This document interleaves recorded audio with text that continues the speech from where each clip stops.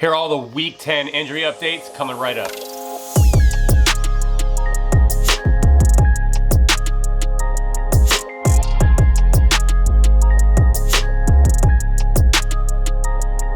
What is up, everyone? Welcome to the Gridiron Fantasy Football YouTube channel. I'm Chip. I'm the host of the Gridiron Fantasy Football Podcast, and today is Saturday, November 14th, 2020. And just like every Saturday on YouTube, I try to go over all of the injury updates for Week 10. I try to provide you with all the latest information plus all the pivots for some of the players that could be out. So I always feel like this is very crucial because I know that throughout the week we hear about players that could be questionable, could be in, could be out. But today is, I try to do everything as late as I can on Saturday so you have all the current information. And as of right now, this is all the current information for all the injuries. So I hope that you can find this very informative. And if you do, please hit subscribe so you don't miss any more episodes. But let's start off with the players that will be in for Week 10. And first, I want to start off with the quarterback position. We know that Ben Roethlisberger was going to hopefully play for Week 10. He was on the COVID list, not because he got COVID, but because he was a high contact risk with one of the players on the Steelers. But he was activated on the roster, so he will play. So if you were concerned about playing Claypool, Juju, and Deontay Johnson, you should be able to go into Week 10 feeling confident that they're going to get you some fantasy points. So nothing changes for the Steelers. You play all your Steelers because Big Ben is going to play on Sunday. And the good news is he made a report saying that his knee feels good as well. So that's encouraging because obviously we're concerned about what his knee injury is going to look like.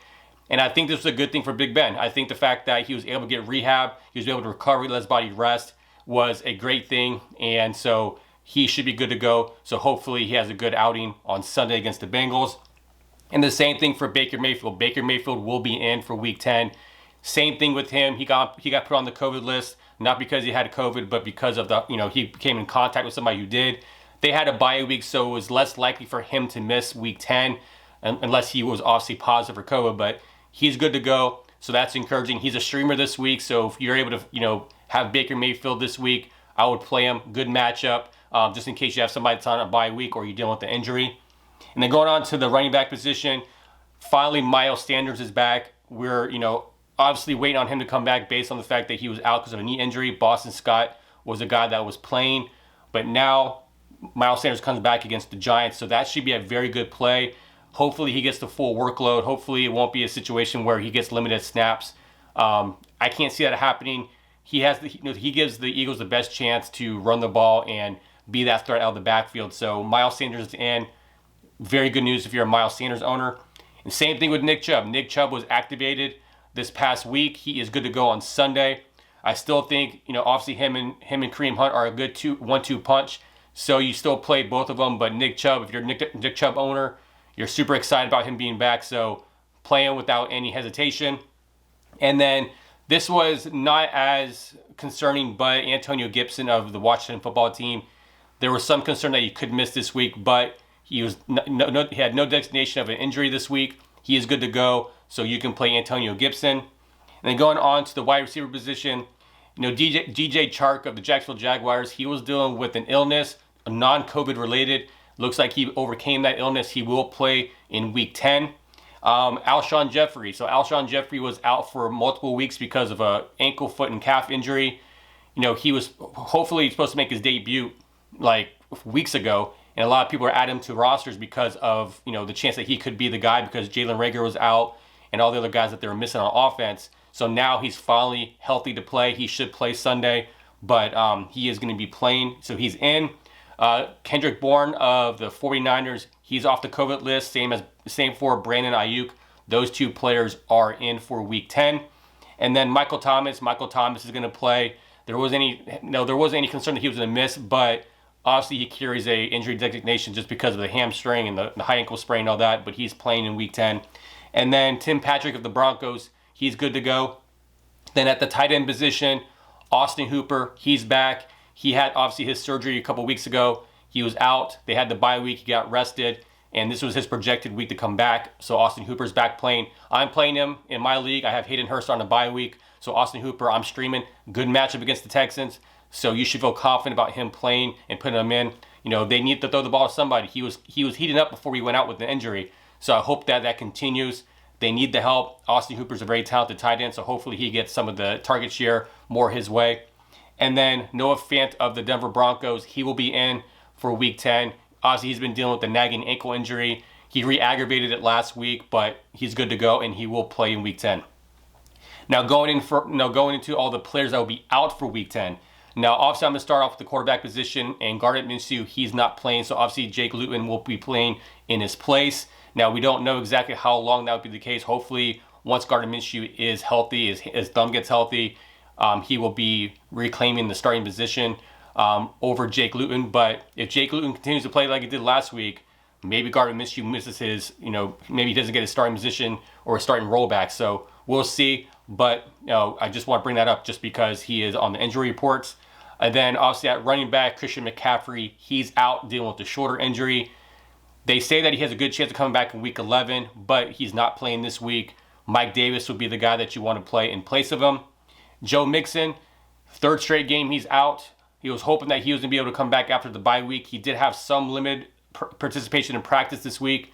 However, he's still not good to go. So obviously Giovanni Bernard is the guy that you need to play. Good matchup, workloads there. I know it's the Steelers, but when you look at workload and what's out there in free agency, Giovanni Bernard is a guy that you should play just because of the workload alone. And then Chris Carson and Carlos Hyde, they're designated being out this week again. There was a chance that they were going to play, but the Seahawks ruled them out. So obviously that gives you the rotation of Travis Homer, DJ Dallas, and Alex Collins. Now, when it comes to me, this is very hard to determine what player to play in the Seahawks backfield because you got to think about last week, Travis Homer had about, I think it was like 48% of the snaps. Then you had not Travis Homer, but you had DJ Dallas play 31% of those snaps as well. And then Alex Collins like in the 20s. So as of last week, Travis Homer was the one who got the majority of the snaps. So it's just hard to determine who to play. If you have one of these guys on your roster, maybe it's a boom bust type of play. Hopefully you put them in your flex. The workload would be there. They're always going to institute like a rotation at running back. So hopefully this is a game that DJ Dallas has the majority of the carries and he scores. But that's usually, that's going to be the case in Seattle. And then on Monday night, David Montgomery, he's been ruled out due to a concussion. So that being the case, the best running back to substitute, if you need to substitute, I think Cordell Patterson is going to be the guy that will get the majority of the carries. Obviously, it's hard to determine that. He's a receiver that's been being used a lot in the running back position for Chicago Bears.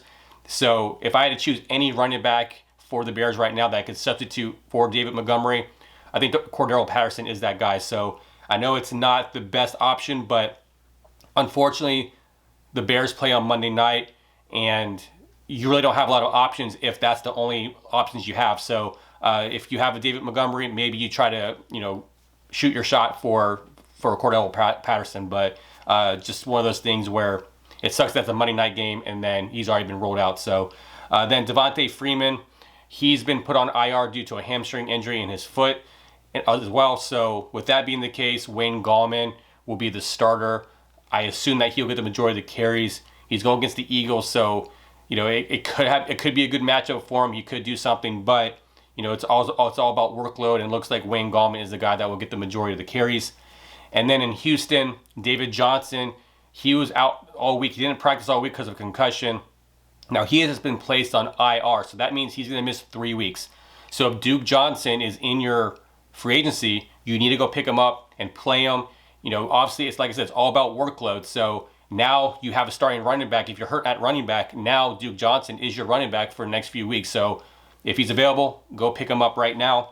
And then Justin Jackson of the Los Angeles Chargers, he left after the first snap in week 9. Kalen Ballage came in to substitute in for him. Now he's been put on IR, so he's going to miss a few weeks. So they activated Kalen Ballage again from the practice squad, and my assumption is that Kalen Ballage will lead the backfield for the Chargers. It is one of those things where Joshua Kelly has not done enough to hold him back. The fact of the matter is they played Kalen Ballage a lot more than Joshua Kelly. My guess is will be the same exact thing this week. So if Kalen Ballage is available in your league, pick him up. And then apparently all the 49ers are still hurt backfield. So, you got Tevin Coleman, Raheem Mostert, and you have Jeff Wilson Jr. They're all designated being out this week. So obviously there's been a lot of reports that Jerick McKinnon should get the majority of the carries. However, it's hard to trust that, but you have to roll you have to roll the dice on Jerick McKinnon, because if the reports are saying that, you have to lean more towards Jerick McKinnon other than JaMycal Hasty. But you still should have Hasty on your lineup just in case McKinnon doesn't, obviously if he gets injured and whatnot, it's just having a backup plan just in case. But it looks like it will be Jerick McKinnon leading the backfield for the 49ers this week. And that wide receiver, you got Kenny Galladay. Kenny Galladay's out. He's been dealing with a hip injury. They have not put him on IR, so that's encouraging to say the least. But there's a chance that he could come back next week. However, he'll be out for week 10. And then Laviska Shenault Jr. of the Jacksonville Jaguars, he's been dealing with a hamstring injury. He's been designated to be out again this week, so that means that gives DJ Chark, Keelan Cole more opportunities, more target share. So hopefully that plays well for you if you have DJ Chark. And then Deebo Samuel, he's ruled out for this week. So obviously with Kendrick Bourne coming back, and you got Brandon Ayuk coming back, that means that you have a pretty good chance of doing well in fantasy in the sense in the PPR format, because they're the ones who can get the target share in the workload. So another week that Deebo Samuel will be out, but hopefully he'll come back next week. And then at tight end, the Vikings have designated Irv Smith Jr. out for this week. Now, he was a guy that I had mentioned in the waiver wire show just because he was a tight end that scored touchdowns, and obviously you're trying to find those diamonds in the rough. But this week you weren't going to play him anyways, just because, like, from my standpoint, I want to see guys do things consistently. But the fact of the matter is he's injured, so he's not playing this week. So if you did pick up Irv Smith Jr. and you need somebody to play that's going to help you win this week, drop Irv Smith Jr. and go for the guy that can help you win this week. And now going to the questionable/probable players this week. Nobody on this list at quarterback, but at running back we have Kenyon Drake. So Kenyon Drake has got a lot more practice in, so there's a chance that he could play in week 10, which obviously caps the upside for Chase Edmonds. But obviously if Kenyon Drake is ruled out, obviously Chase Edmonds is a good play this week. Mark Ingram, he returned to practice this week, so now there's a chance that he could play, which means that kind of makes the whole backfield for the Ravens a mess with J.K. Dobbins and Gus Edwards. So not really excited to play anybody in this backfield, just because that just muddies the water for who's gonna get the more carries. It's a crapshoot to figure out who's gonna play majority of the snaps, or who's gonna get the touchdown. So just a backfield that I'm personally staying away from. And then Darrell Henderson of the Rams, looks like he's questionable. Obviously, if he can't go, that gives obviously an uptick to Malcolm Brown and Cam Akers. But obviously, we have to wait and see till tomorrow to see if he's inactive or not. But it looks like he's trending towards playing, so that's good news if you're a Darrell Henderson owner.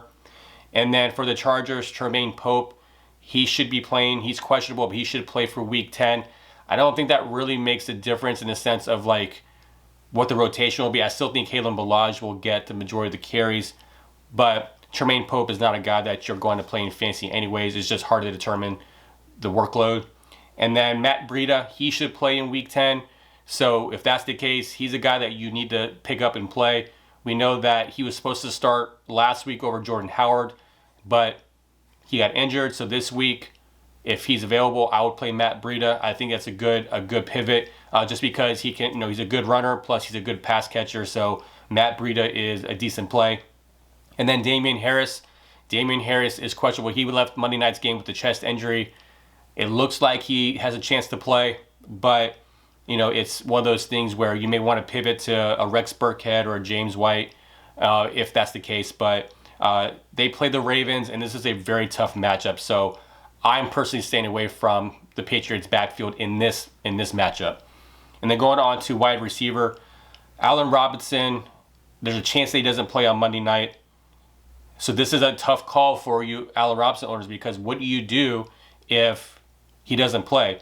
Well, for the Vikings, obviously Thielen's owned, Justin Jefferson's owned. For the Chicago Bears, I mean, your options, if you have to wait until Monday night to see if Allen Robinson plays, then if he doesn't play, I mean, he can pivot to Anthony Miller.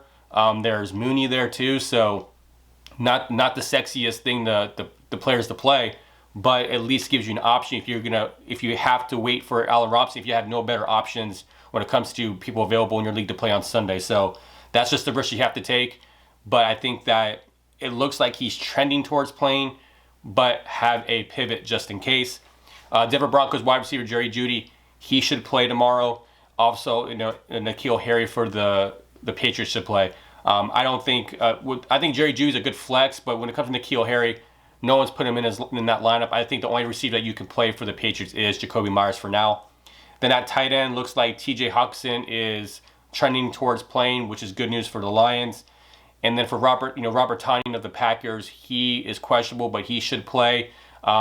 It's Robert Tonyan has kind of fallen off based on what he's been doing fantasy-wise. You had that one good week where he had 3 touchdowns. I mean, he had a good stretch of games when Devontae Adams was out where he was scoring touchdowns, but ever since Devontae Adams has come back, he hasn't been that guy. So, Robert Tonyan, but he's still questionable and probable to play.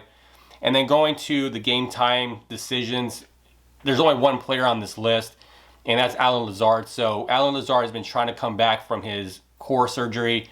It was a chance that he was to play, last week or last Thursday night game against the 49ers. They decided to keep him inactive. So hopefully he can play this week, which is good.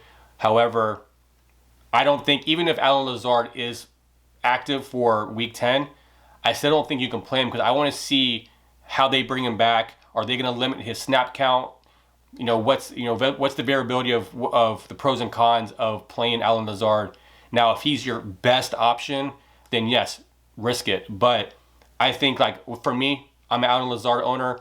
I want to see what he's going to do before I put him in my roster, in my lineup again. So that's just my opinion. But it's good to see him back because I think if you were a player like me who kept him in your lineup, kept you on his IR this whole time, might as well keep him on your roster, see what he does, because that could be a very good, uptick for you when it comes to now having another receiver that you can add to your roster and hopefully in your starting lineup. So it'll be good to see Allen Lazard back. But those are all of the injury updates currently for Week 10.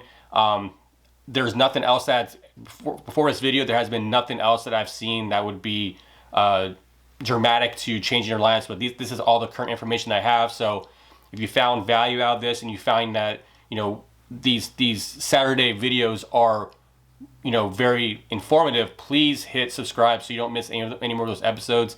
But if you have any questions about injuries, you have any questions about starts and sits, please leave a comment below so I can answer those and help you out with that. But if you'd like to follow us on social media, you can find us at Twitter and Facebook at the Gridiron Pod. We're on Instagram at Gridiron Fantasy Football. So that's it for today. Come back Monday where I do all my Week 10 reactions and plus all the fantasy studs for Week 10. But until then, good luck in Week 10, and I'll see you guys on Monday. Take care.